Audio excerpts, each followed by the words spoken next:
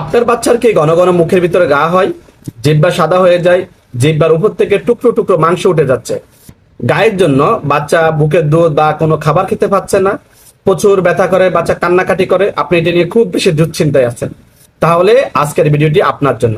আমরা আজকের এই ভিডিওতে জানবো যে বাচ্চাদের এরকম মুখের ঘা বা জিহ্বা সাদা কেন হয়ে যায়, হলে আমরা কি করব, এটি প্রতিরোধে আমাদের করণীয় কি, এবং আমরা কখন একজন ডাক্তার দেখাবো।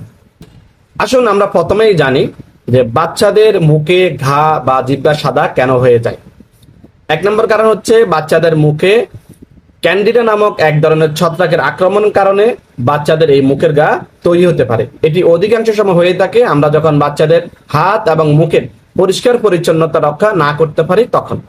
দুই নম্বর, বাচ্চাদের শরীরে যদি vitamin B complex, iron, zinc, folic acid টাইপের নিউট্রিশনগুলোর অভাব পড়ে, তাহলে বাচ্চাদের মুখের ঘা হতে পারে। আমরা যদি বাচ্চাদেরকে অপ্রয়োজনীয়ভাবে অতিরিক্ত ঘন ঘন অ্যান্টিবায়োটিক খাওয়াই, তাহলে এর কারণে আমাদের মুখের উপকারী ব্যাকটেরিয়াগুলো নষ্ট হয়ে গিয়ে মারা গিয়ে আমাদের মুখের ঘা তৈরি করতে পারে।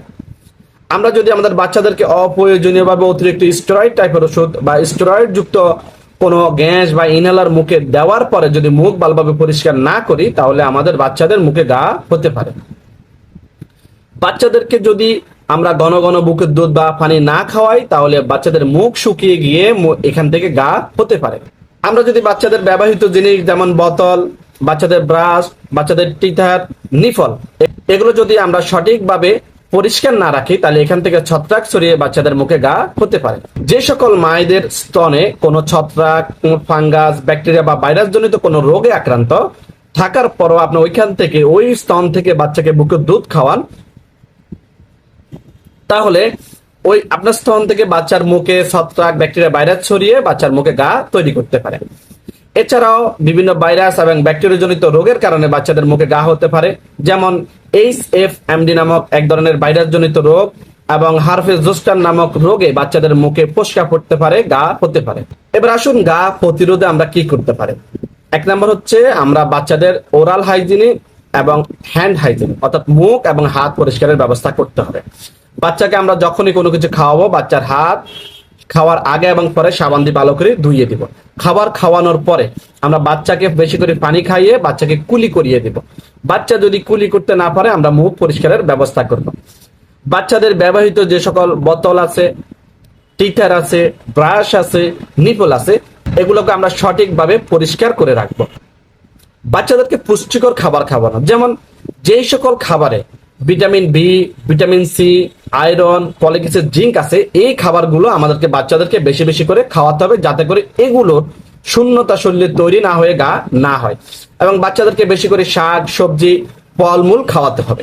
বাচ্চাদেরকে মুখ যাতে শুকিয়ে না যায়, তার জন্য বয়স হিসাবে বুকের দুধ অথবা আমরা পানি খাওয়াবো।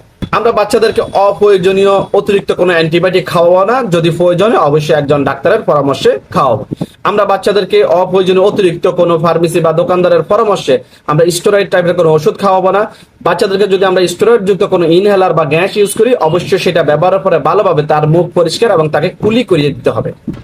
বাচ্চার মুখে যদি বুকের দুধ খাওয়ানোর কারণে বা কোনো ঘায়ের কারণে মুখে কোনো সাদা আবরণ বসে যায়, ময়লা জমে যায়, তাহলে খুব বেশি জোরে ডলে ডলে ঘষা দিয়ে এগুলা তোলার চেষ্টা করা যাবে না।